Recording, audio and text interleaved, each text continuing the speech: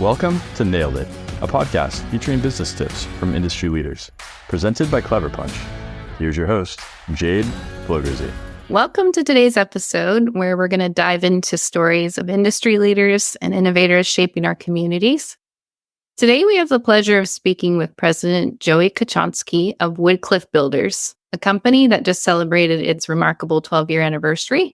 With a dedicated team of 20 employees, Woodcliff Builders has been building a legacy across the vibrant neighborhoods of San Jose, including Campbell, Los Gatos, Willow Glen, Woodside, and Los Altos. Their expertise is focused on residential builds and spans a wide range of services, from new construction and custom additions to full remodels and small renovations. Joey Kochanski embarked on his journey after spending 8 years mastering custom home building with a general contractor in San Jose. Driven by a vision to create a company rooted in his own values, Joey founded Woodcliff in 2012, naming it after the street that he grew up on. So let's explore Joey's inspiring journey, the growth of Woodcliff Builders, and their impact on the San Jose community. Welcome to the podcast, Joey. Thanks, Jade. I appreciate you having me on today and looking forward to going through this podcast with you.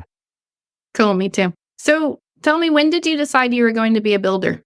So deciding to be a builder was kind of something that happened probably in like the first or second year of high school. I had always had a little bit of a tough time in school as far as just, kind of sitting still and focusing on my homework. And I had one of my best friends during that time, his dad, he was a contractor. He wasn't a general contractor, but he worked for a lot of general contractors. And I just was able to have a lot of insight onto the projects that he got to be a part of.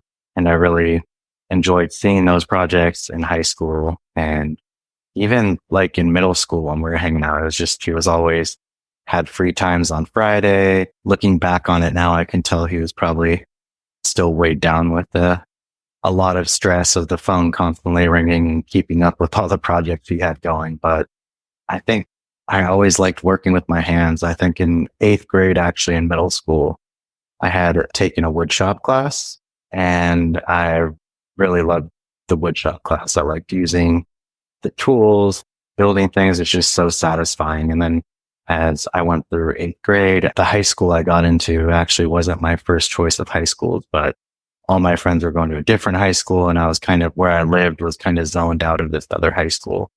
But the good thing about the high school I got into is they had a great woodshop program, which the other high school did not have. So all 4 years of high school, I was in woodshop.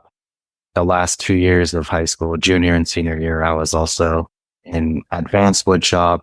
And both those years, I was also a teacher's assistant for woodshop. So it's like my days were filled with building things from wood, building things from scratch. And it really helped me see that I wanted to do something with my hands. I think between freshman year and sophomore year, I was able, from my friend's dad, my best friend's dad, he got me a job with one of his buddies who was a developer, general contractor.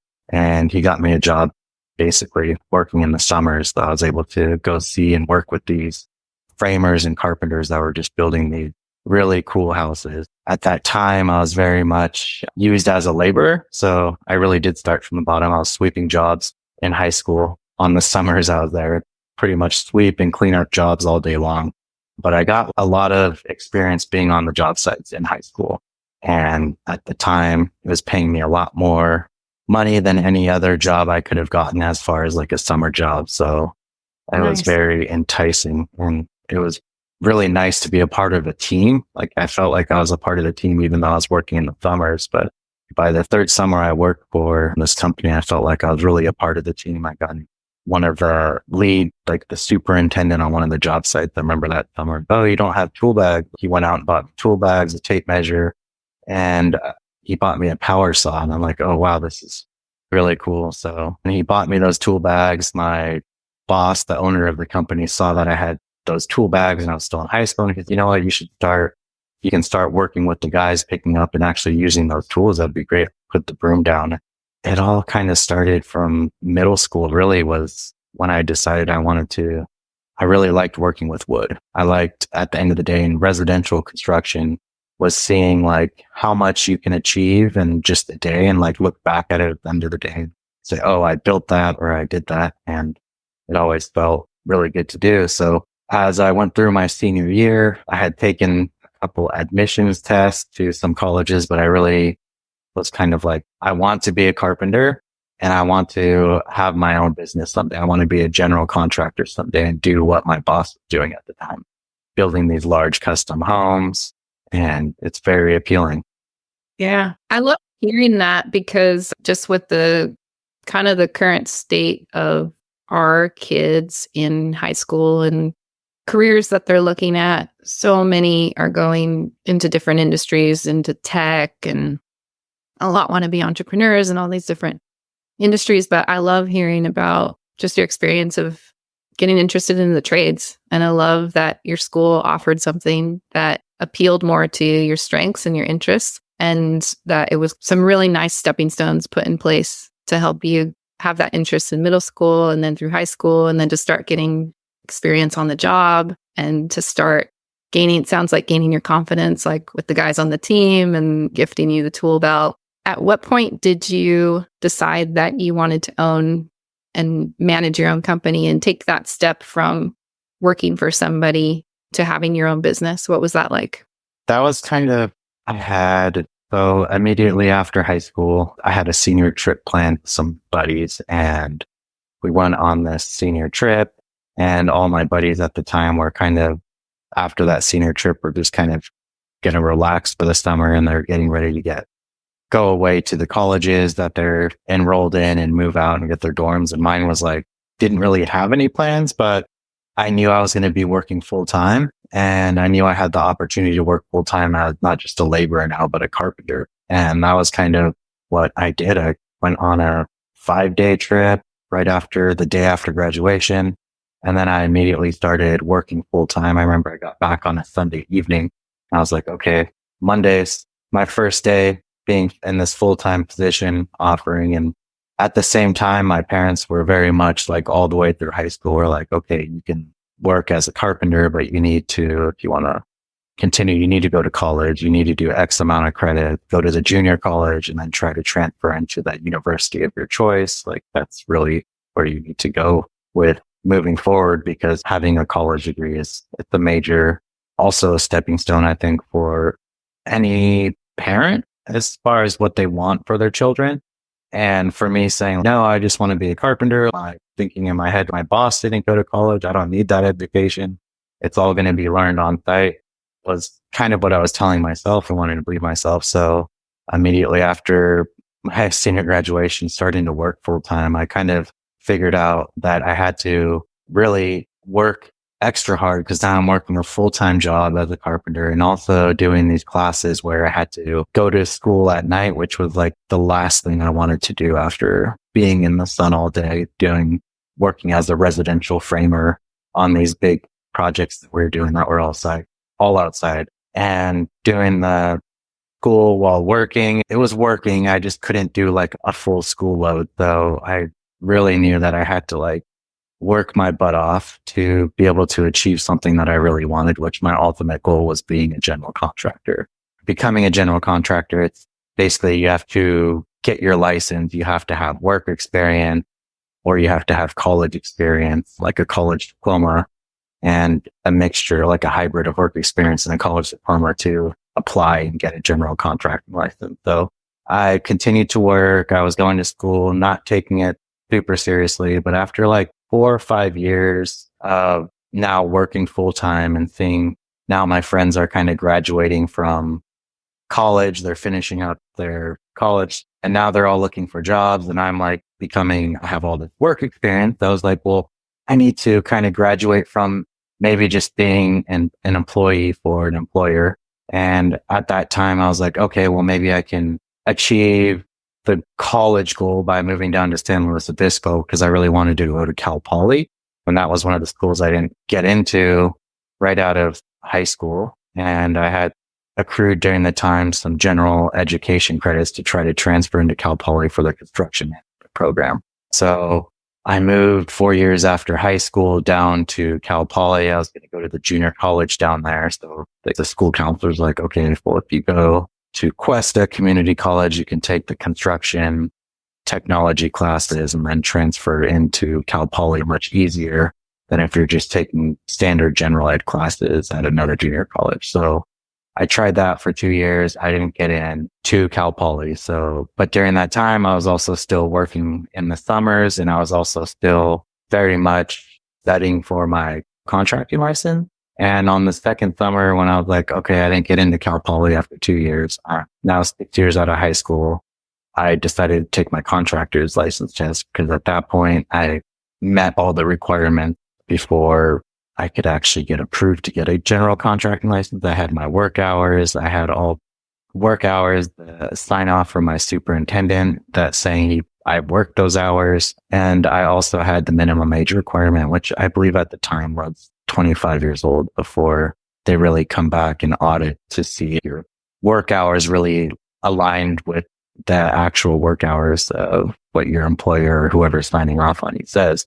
So I went down to apply for my license. I had all the requirements, got my previous boss to sign off on the application I needed, went down to the license board with an application, turned it in, and within, I think, 2 weeks or 3 weeks after I sent this application in, I was like, oh man, they're reviewing it. I'm never going to hear back. Just super anxious. And then all of a sudden in the mail, I got a notification saying, oh, your test date is in 3 weeks. Oh, wow. Now it's crunch time.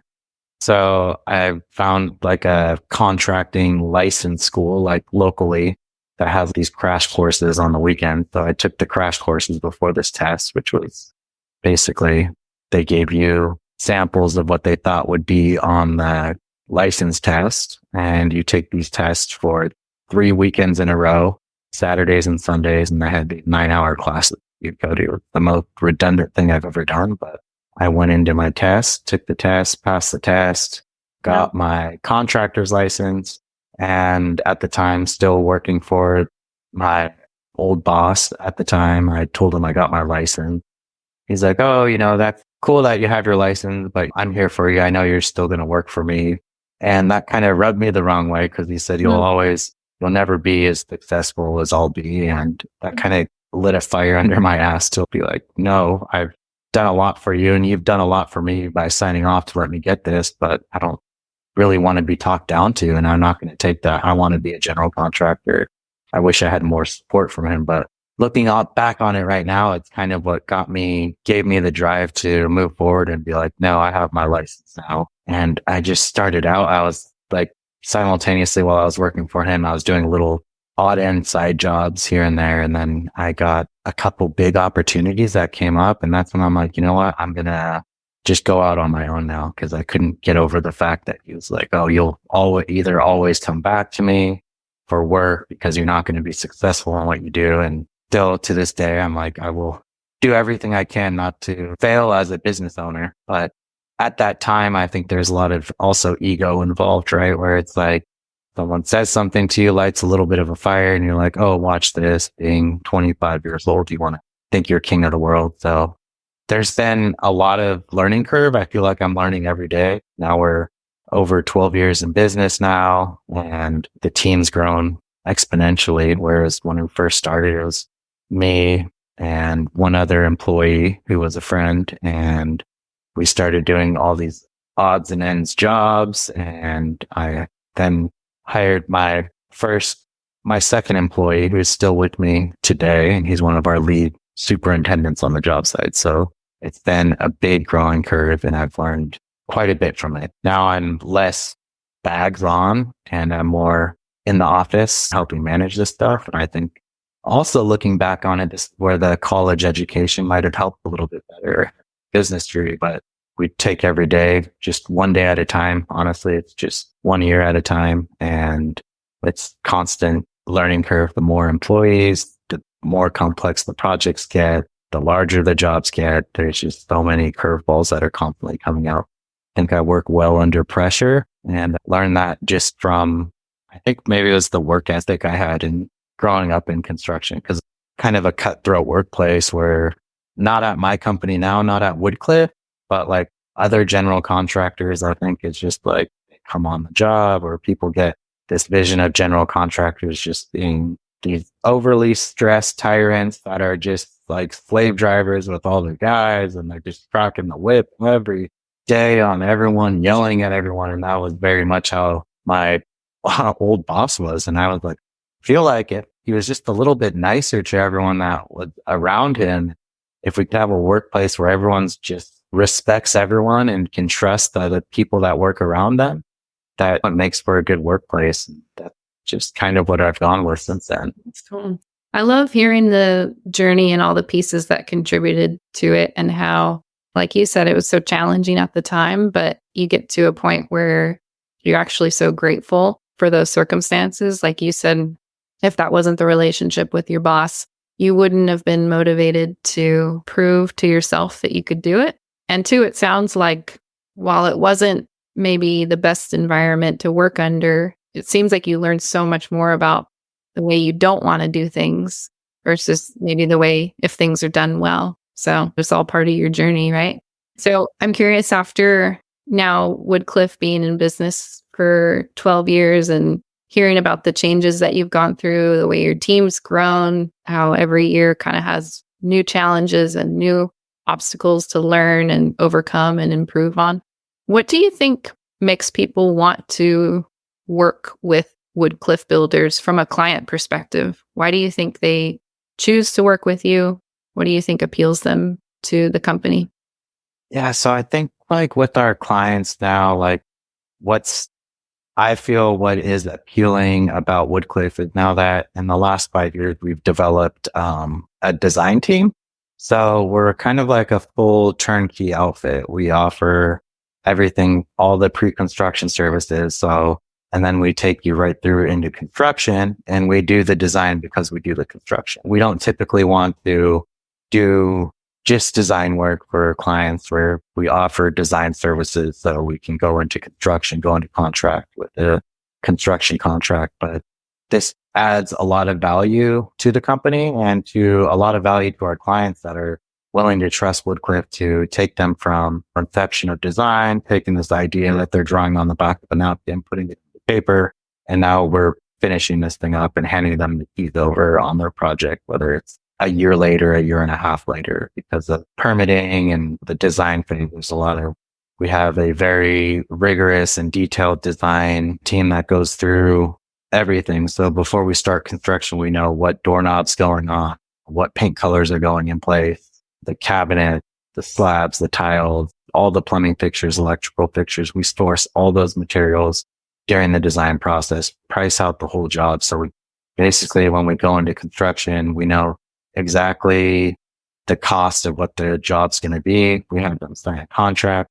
Obviously, there's always like unforeseen items that come up, right? And there's also change orders that could come up in the construction process where we might have to go back to the design team. But once the construction contract's signed off, the designers are really very much hands off on the project. Our designers will meet with like the clients on site for tile layout when the tile's ready, or if there's questions that come up, they will work with the project managers, and the client design team will work with the project clients to help them get everyone through or over any obstacles because we do a lot of remodel work, right? So we're doing a lot of additions, which is new construction onto existing houses. And when we're doing that, there's a little bit of guesswork that we always or guesswork or assumption that we're doing we're hoping that the existing foundation on the house is as good as it looks from what we can visibly see from underneath the crawl space or what we can see up in.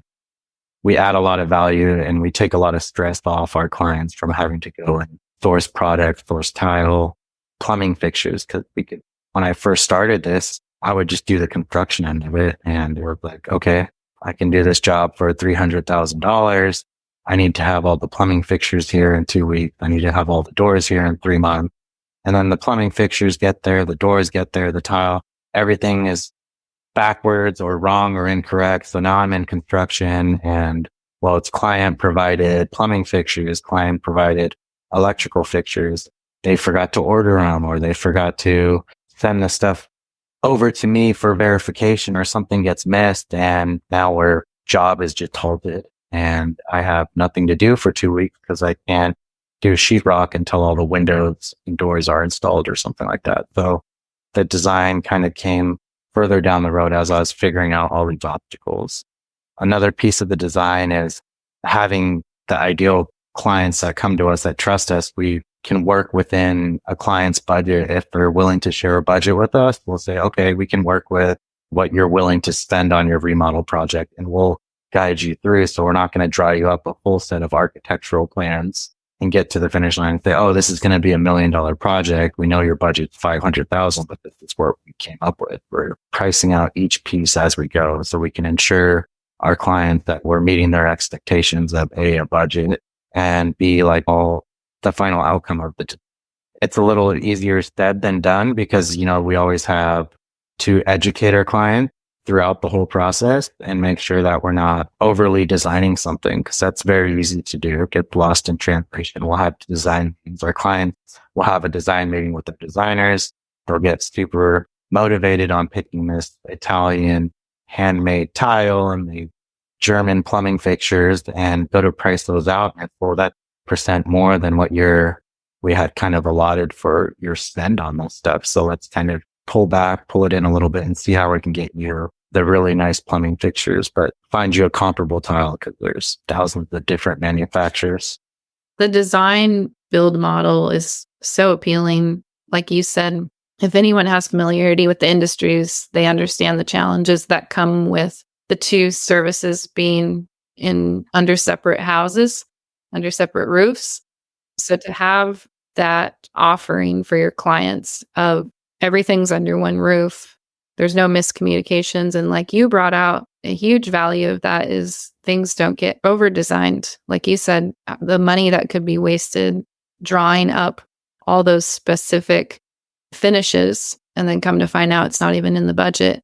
Not only did you waste time, but you wasted money on all the drawings. So the in-house design build model is super appealing for so many reasons.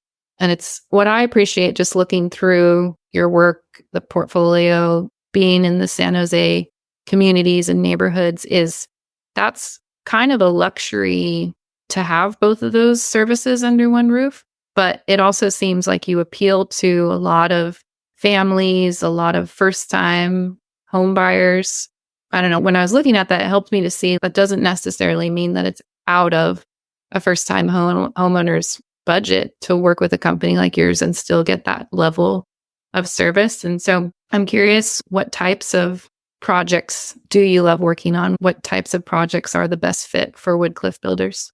Yeah, so kind of like going off what you're saying about the clientele is really has to do with the projects that we like working on, where it is like we do get a lot of first-time home buying.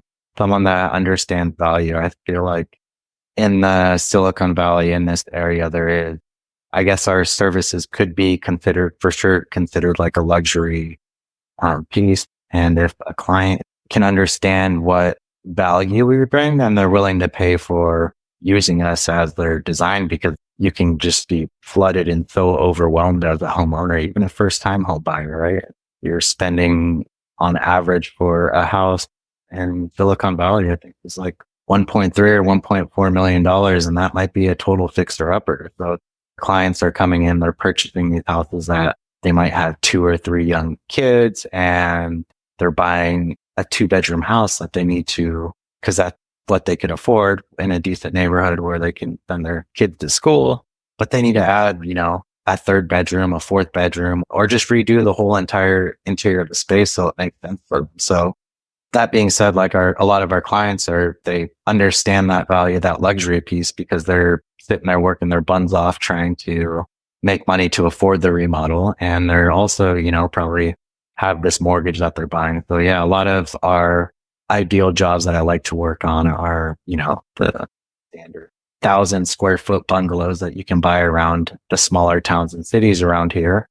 For that, you're looking at you're spending about $1.5 million to get into these entry level houses that were originally built in the 1920s, 1940s, whenever they were. But that's the entry point. You want to really make sure you're working with someone that can help you design exactly what you want. So my ideal job, or Woodcliffe's ideal job, is bungalow styled house that we're adding, call it 500 square feet onto, and we're retrofitting the existing 1,200 square foot livable space that's there. Or we're adding a second story to the house, whatever it might be. I really enjoy doing the remodel work. There is area and there is space for new construction, but a lot of people aren't driven towards the new construction. And maybe that's just not the market that we've really tapped into too much. We've done a few new construction projects, but we're not there with the $6 million or $10 million mega houses or estates that some builders are doing. The level of detail. Just went down a little rabbit hole daydreaming about a bungalow remodel in Silicon Valley. Along with that, as an ideal project. So we talked a bit about the projects and what's a good fit, what you've had success with. What kinds of clients do you find you enjoy working with or you have the most success with?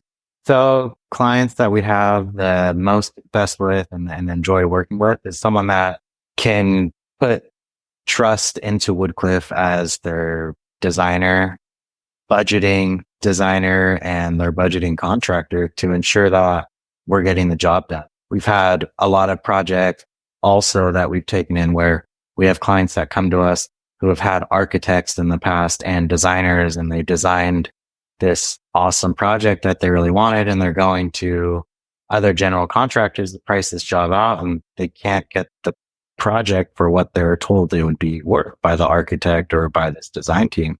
And those clients sometimes will come to us and then they're like very, I don't know, their trust is kind of burning out because they come to us, now they're paying for our services and they've already spent, call it 40 or 50 grand on the architectural drawings that they have, which they know they can't have anymore.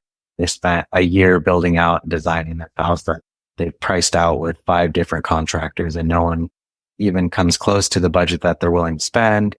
And so I like when we get clients like that. Maybe our design team, not so much, but I like when we can guide them in the right direction and kind of just start from scratch. But it's all about educating our client.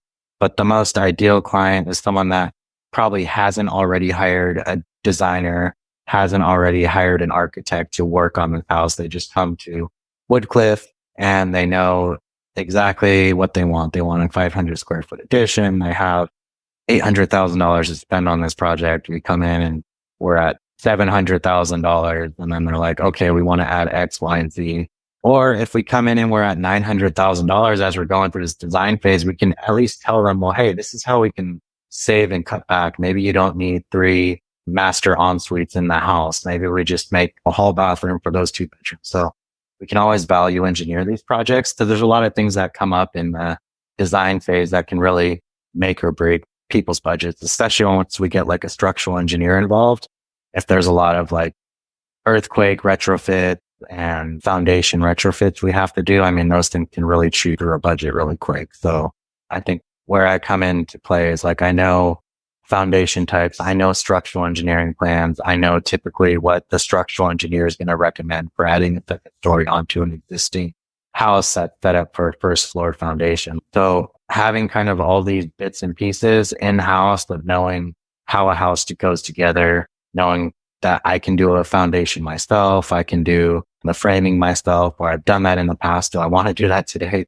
Strenuous work and it's hard, but I know how all the pieces go together and how they get glued together. So being at Woodcliff and just someone that really trusts, being a client at Woodcliff, an ideal client with Woodcliff is someone that really trusts the process of a design build. And we get a lot of first time home buyers as clients, or maybe it's their second home that they're purchasing. And they're like, okay, this is my forever home. I have the funds. I know exactly what I want to do. We want to use Woodcliff. And so my best clients are first time home buyers or clients that are coming back to us for a second job. Because as a general contractor, we don't have like a repetitive service for clients yet, right? Unless we're selling some type of maintenance pack or handyman package, which we just don't really do. But our business is so much word of mouth of people seeing our signs on a street. Once we start working in certain neighborhoods, things like They see the sign on the street. They see the clean job site out the front yard job site, that we're to get the job done in a timely manner, or we've gotten it done very quickly, or they're just talking to our client in general, and it just goes a long way. Ideal client, definitely a first-time home buyer or a referral from a past client. Or like you said, somebody that maybe they're on their second home and they got burned on the first one. They went about it the way that we were talking about. And then it sounds like they can come to Woodcliff and have just a lot more straightforward, practical approach. And I loved hearing about how much work you put into the plan before and how everything's going to work together and be executed. Because, yeah, those early conversations can save so much headache in the long run.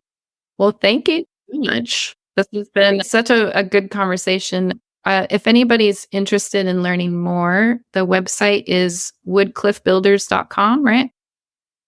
Woodcliffbuild.com. Yep. Woodcliffbuilds.com. And if you want to see some of the projects that Joey and his team have worked on, they've got a beautiful portfolio there. And yeah, that's part of the reason I wanted to have you on the podcast is because, we are talking to the industry leaders of their area and their neighborhoods.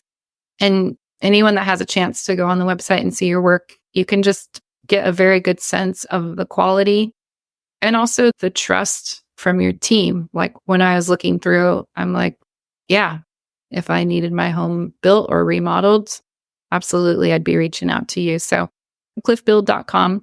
Thank you so much for being here. Thanks for the conversation. And yeah, keep doing what you're doing. Very excited about your journey. Yes. Thanks for having me today, Jade, and appreciate being a guest on your podcast. Enjoy the rest of your day. All right. You too. Thank you. Bye-bye.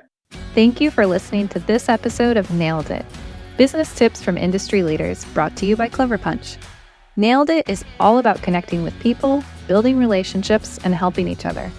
If you're interested in connecting with any of the guests on our episodes, you can find their contact info in our show notes or on the podcast page at cleverpunchco.com. You can also email info@cleverpunchco.com with any questions or feedback. I'm your host, Jade Flogersey. Thank you for tuning in. We'll see you next time.